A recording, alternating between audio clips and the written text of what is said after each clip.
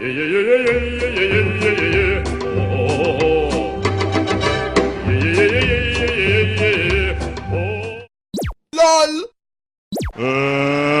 Let's get ready to rumble!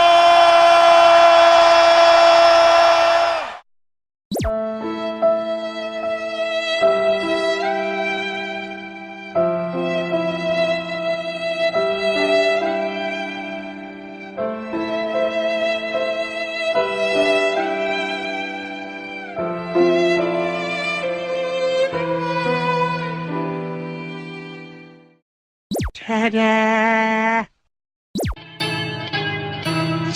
I am the one, the way your son don't need a gun to get respect up on the street.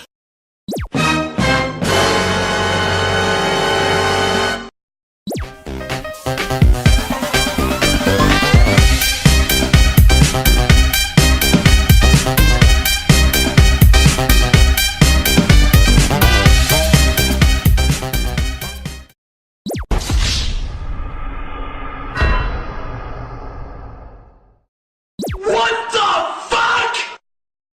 I'm sexy and I know it.